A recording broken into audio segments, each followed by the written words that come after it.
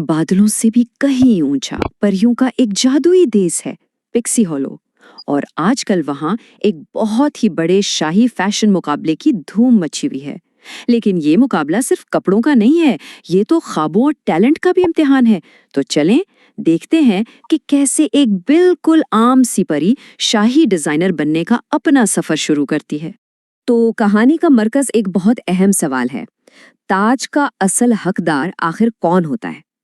वो जिसे मर्तबा विरासत में मिल जाए, या फिर वो जो अपनी मेहनत और सलाहियत से उसे हासिल करे?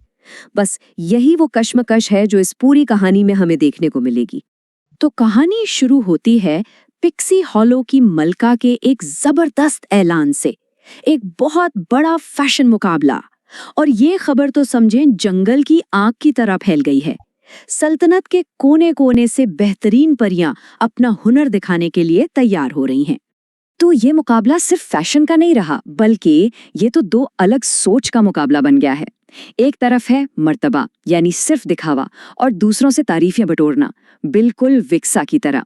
और दूसरी तरफ है टैलेंट यानी असली हुनर और कुछ नया बनाने का जज्बा, और ये रास्ता है फ्लोरा का। और अब कहानी में आती है हमारी हीरोइन फ्लोरा। वो महल की चमक दमक से दूर एक पुरसुकून जंगल में रहती है। फ्लोरा एक ऐसी परी है जिसके हाथों में जादू है और दिल में डिजाइनिंग का जुनून। जैसे ही मुकाबले की खबर उस तक पहुंचती है, उसके ख्वाबों को जैसे पड़ लग जाते हैं। मुकाबले का माहौल तो वाकई देखने वाला है।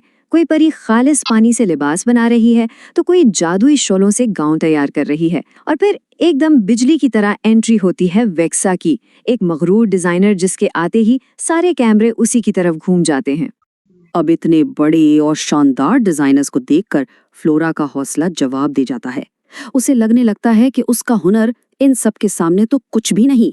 बस यही सोचकर वो मायूस हो जाती है और वापस जंगल की तरफ मुड़ जाती है। लेकिन जब उम्मीद तकरीबन खत्म ही हो जाती है, तभी कहानी में एक नया मोड़ आता है। फ्लोरा को हिम्मत मिलती है, और वो भी दो जगह से। एक तो उसकी दादी की दानाई से, और दूसरा कुदरत के जादू से। उसकी दादी उसे एक ऐसी बात बताती हैं जो इस कहानी की जान है, जीत मर्तबे से नहीं, टैलेंट से मिलती है। बस ये एक जुमला ही काफी था फ्लोरा के टूटे हुए हौसले को जोड़ने के लिए और उसके दिल में उम्मीद की नई शमा जलाने के लिए। इन अल्फाज में इतनी ताकत थी कि जंगल भी फ्लोरा की मदद के लिए आगे आ गया। एक जादुई दरख्त जैसे उसका दुख महसूस करके उसे एक चमकता हुआ जादुई धागा देता है।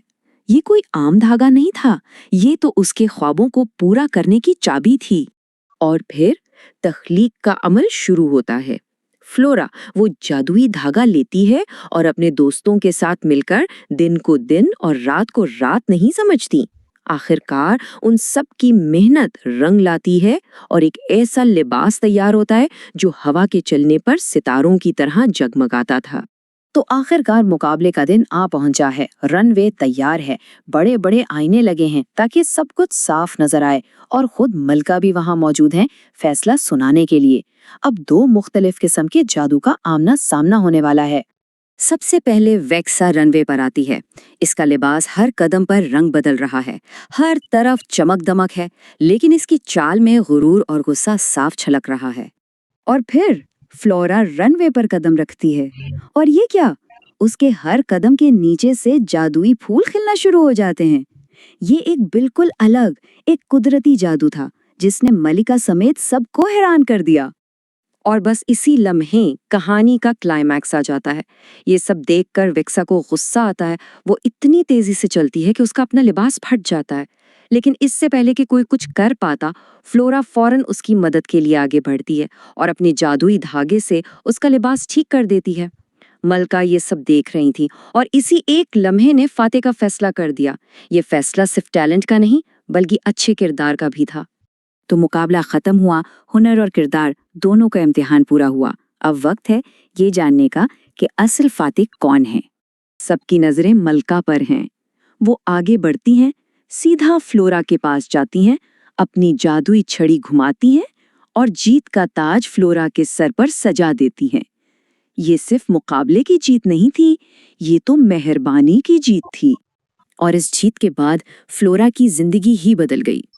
उसे न सिर्फ मुकाबले की फातह का ताज मिला, बल्कि मगरूर विक्सा ने भी दोस्ती का हाथ बढ़ाया।